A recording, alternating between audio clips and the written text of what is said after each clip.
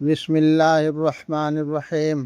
میرے عزیز بھائیوں اور بہنوں، پچھلی ویڈیو میں ہم نے جانا کہ ہر بیماری، ہر پریشانی اور ہر نقصان کو جادو نہیں کہا جا سکتا، لیکن اب ایک بہت اہم سوال پیدا ہوتا ہے۔ اگر کسی انسان کو سچ مچ جادو کا شک ہو جائے تو اسے کیا کرنا چاہیے؟ کیا وہ ہر ملنے والے کے پاس بھاگے؟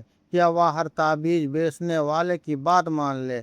کیا وہ غیب بتانے والوں اور جھاڑو پھونک کے نام پر پیسے کمانے والوں کے چکر میں پڑ جائے؟ میرے دوستو، اسلام ہمیں گھبراہٹ نہیں بلکہ صحیح راستہ سکھاتا ہے۔ سب سے پہلا کام یہ ہے کہ انسان اپنے دل کو اللہ سے جوڑ دے، کیونکہ نقصان اور فائدہ دینے والا اصل میں صرف اللہ ہے۔ اگر پوری دنیا مل کر کسی کو نقصان پہنچانا چاہے تو اللہ کی اجازت کے بنا کچھ نہیں کر سکتی، اور اگر اللہ کسی کی مدد کرنا چاہے تو پوری دنیا مل کر بھی اسے روک نہیں سکتی۔ اس لیے سب سے پہلے اپنے رب کی طرف رجوع کیجیے، 2 رکعت نماز پڑھیے، دل سے دعا کیجیے اور اللہ سے مدد مانگیے۔ میرے بھائیوں، ہمارے پیارے نبی حضرت محمد مصطفیٰ صلی اللہ علیہ وسلم نے اپنی امت کو بہت ہی آسان اور طاقتور عمل سکھائے ہیں۔ آج افسوس کی بات ہے کہ کچھ لوگ ان عملوں کو چھوڑ کر مشکل راستوں پر نکل جاتے ہیں۔ نبی کریم صلی اللہ علیہ وسلم نے ہمیں سکھایا، صبح اور شام کے اذکار پڑھو، آیت الکرسی پڑھو، سورہ اخلاق، سورہ فلق اور سورہ ناس پڑھو۔ ان عملوں میں بہت بڑی حفاظت رکھی گئی ہے۔ ایک مومن کا سب سے بڑا ہتھیار اس کا اپنے رب پر بھروسہ ہے۔ اب ایک سوال اور آتا ہے، لوگ اکثر کہتے ہیں ہمیں رقیہ کروا دو، لیکن رقیہ شرعی کیا ہے؟ بہت آسان شبدوں میں قرآن کی آیتیں پڑھ کر اللہ کے ناموں کے ساتھ دعا کر کے اللہ سے شفا مانگنا، اسی کو رقیہ شرعی کہا جاتا ہے۔ اس میں کوئی عجیب منتر نہیں ہوتا، اس میں کوئی رہسیائی شبد نہیں ہوتے اور نہ ہی کسی جن کو بلایا جاتا ہے، بلکہ اس میں پورا بھروسہ صرف اللہ پر ہوتا ہے۔ میرے عزیز دوستو، آج کچھ لوگوں کے ڈر کا فائدہ اٹھاتے ہیں۔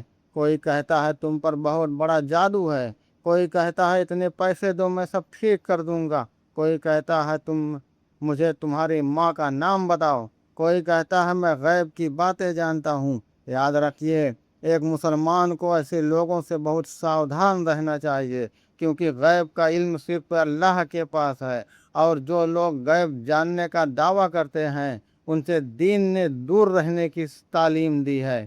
اگر کسی انسان کو شاریرک بیماری ہے تو ڈاکٹر کے پاس بھی جائیے، اگر مانسک پریشانی ہے تو اس کا علاج بھی کرائیے، اور ساتھ ساتھ دعا بھی کیجیے، قرآن بھی پڑھیے، کیونکہ اسلام ہمیں سنتلن سکھاتا ہے۔ علاج بھی اور توکل بھی، دوا بھی اور دعا بھی، دونوں ساتھ ساتھ۔ میرے پیارے بھائیوں، یاد رکھیے، شیطان چاہتا ہے کہ انسان ڈر جائے، لیکن ایک سچا مومن ڈرتا نہیں ہے، وہ اپنے رب پر بھروسہ کرتا ہے۔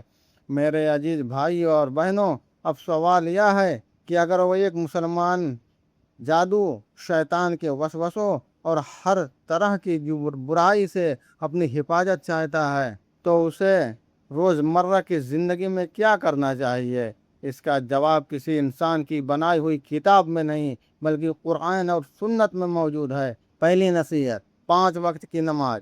میرے بھائیوں، جس گھر میں 5 وقت کی نماز پابندی کے ساتھ پڑھی جاتی ہے وہاں اللہ کی رحمت نازل ہوتی ہے۔ اگر ہم نماز چھوڑ دیں اور پھر صرف جادو کو اپنی پریشانی کی وجہ مانیں تو پہلے ہمیں اپنے اعمال کا ہی محاسبہ کرنا چاہیے۔ نماز ایک مومن کی سب سے بڑی طاقت ہے۔ دوسری نصیحت، صبح اور شام کے اذکار۔ نبی کریم صلی اللہ علیہ وسلم نے صبح اور شام پڑھے جانے والے مسنون اذکار سکھائے ہیں۔ ان اذکار کا مقصد یہ ہے کہ انسان ہر دن اللہ کی پناہ میں رہے، اس لیے کوشش کیجیے کہ روزانہ ان دعاؤں کو اپنی زندگی کا حصہ بنائیے۔ تیسری نصیحت، قرآن سے رشتہ۔ میرے دوستو، قرآن صرف پڑھنے کی کتاب نہیں ہے بلکہ ہدایت اور رحمت کی کتاب ہے۔ گھر میں قرآن کی تلاوت کیجیے، اس کا مطلب سمجھنے کی کوشش کیجیے، اپنے بچوں کو بھی قرآن سے جوڑیے۔ جس گھر میں اللہ کا کلام پڑھا جاتا ہے وہاں ایمان کا ماحول بنتا ہے۔ چوتھی نصیحت، توکل۔ ایک سچا مومن یہ جانتا ہے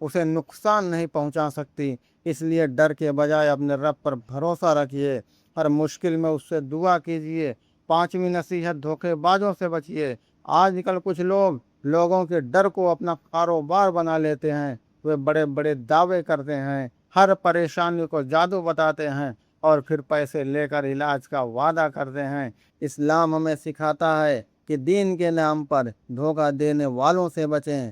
اگر کسی معاملے میں روحانی صلاح کی ضرورت ہو تو کسی بھروسے مند، سنت کے پابند عالم سے صلاح لے۔ میرے پیارے بھائیوں اور بہنوں، اس پوری سیریز کا مقصد آپ کو ڈرانا نہیں تھا، بلکہ قرآن اور صحیح حدیث کی روشنی میں صحیح سمجھ دینا تھا۔ یاد رکھیے، جادو کا وجود اسلام میں ثابت ہے، لیکن ہر بیماری اور ہر پریشانی جادو نہیں ہوتی۔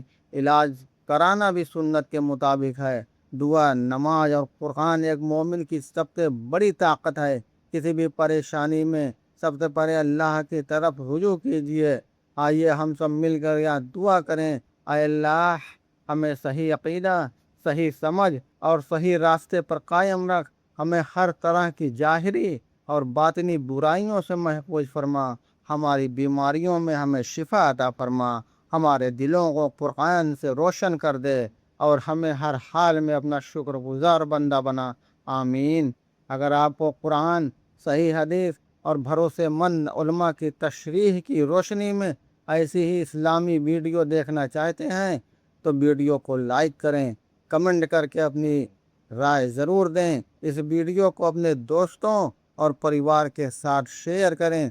عارف اسلامک ہب کو سبسکرائب کریں اور بیل آئیکن ضرور دبائیں تاکہ ہماری ہر نئی ویڈیو سب سے پہلے آپ تک پہنچے۔ اللہ تعالی ہم سب کو صحیح عقیدہ، صحیح سمجھ اور دین پر استقامت عطا فرمائے۔ آمین۔